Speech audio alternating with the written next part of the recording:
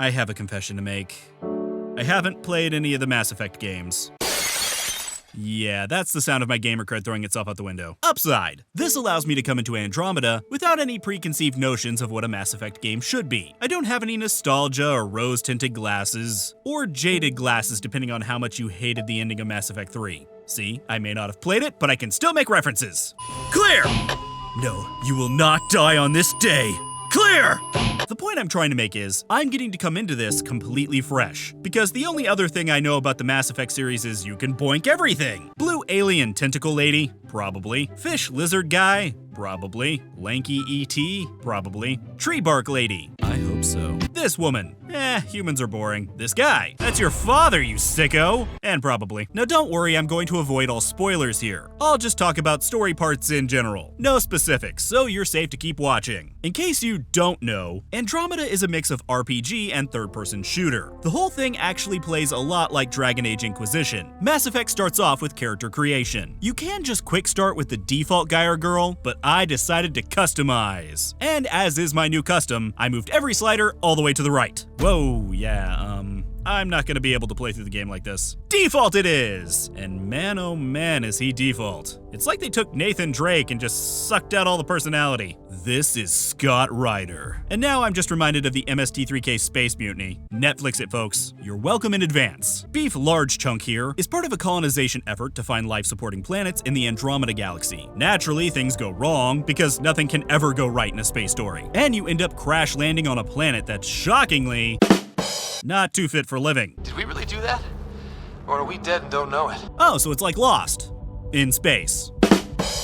I don't get it. Andromeda is a fairly standard RPG experience. You'll explore the planet looking for survivors and killing baddies along the way. The controls are fairly normal stuff, except you will have the ability to use jump jets and to hover for a few seconds, making you a floating human pinata for all of your enemies who have guns. It's actually a lot smarter to stick to the ground, where you can run up against anything waist high and automatically take cover. This mostly works, except when you need it to. As you move towards your objective, you'll often find side quests or points of interest that you can explore. These provide you with XP and often help flesh out the lore and story of the world. They are also the best way to explore the world, as they will often lead you to areas you haven't discovered yet. As you complete missions and kill enemies, you'll gain XP and eventually level up. When you level, you'll gain skill points, which can be put into one of 3 trees: combat, biotics, and tech. Now that may be a little confusing, but let's just put it this way.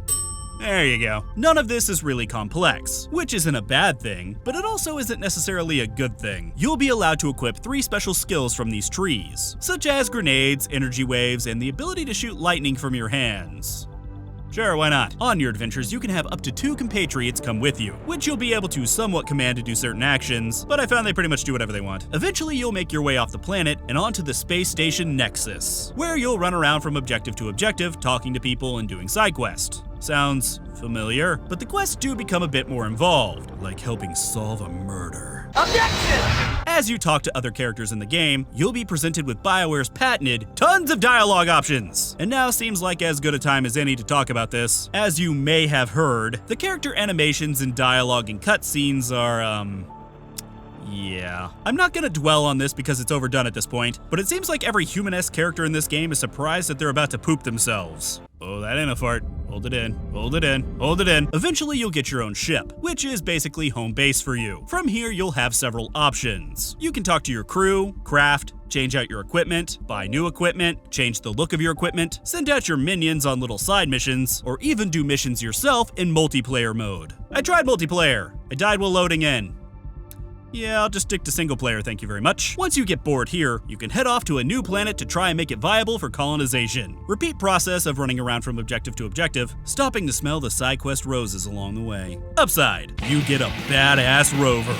And I'm pretty sure it's indestructible, because I just drove off a cliff and I'm perfectly fine. Eventually, you'll complete the main storyline for the planet and start up an outpost. After everyone is done praising you, you can do more quests and complete the planet, or head back to your ship to look at the galaxy map and head to a new planet to start all over again. Despite all the jokes, I actually enjoy Mass Effect Andromeda quite a bit. Then again, I enjoy Dragon Age Inquisition quite a bit. And considering they're pretty freaking similar, I'm not really surprised. But that's not to say the game doesn't have its flaws. The aforementioned animations are a bit off-putting in a sometimes they're so bad it's funny type of way. Another odd choice is that as you gather new equipment, you won't be able to equip it in mission unless you come across a loadout terminal. Very, very odd for an RPG, but whatever. Some of the menu navigation is a bit wonky, but really I find most of my gripes to be very minimal. Overall, I'm having fun, and that's the most important part. I've only gotten to play about 10 hours, which is not enough to give a full impression of the story or all of the gameplay elements, as I'm sure some will be introduced later. So I'll just stop here. In reverse of my normal fashion, I would say, if you liked the previous Mass Effect games, I have no idea if you'll like Andromeda, but if you liked Dragon Age Inquisition, you'll likely enjoy this. Now, the real question is, which one of my crew members do I boink? I could stand here and drink in that view all day. Well, welcome to the Tempest. Trouble's what we do. I like the way you think, kid. I just hope I can keep up. I can coax more out of this baby than some might think, but we shouldn't go too far or push too hard between Nexus stops. For now. You, me, side by side? I like the sound of that. Buy me a drink sometime. Who knows what will spill out of my mouth. Okay, I grossed myself out with that one, I'm done. And that was Mass Effect Andromeda. How did those animations get out of QA? If you're new here, make sure to hit that subscribe button for future videos. I've also put up another video for you to watch right up here. If you want, you can follow me on Twitter or Facebook. And if you really want to help the channel, you can donate to me on Patreon like these other amazing people. I'm gonna boink all of them. Or vice versa. Take your pick.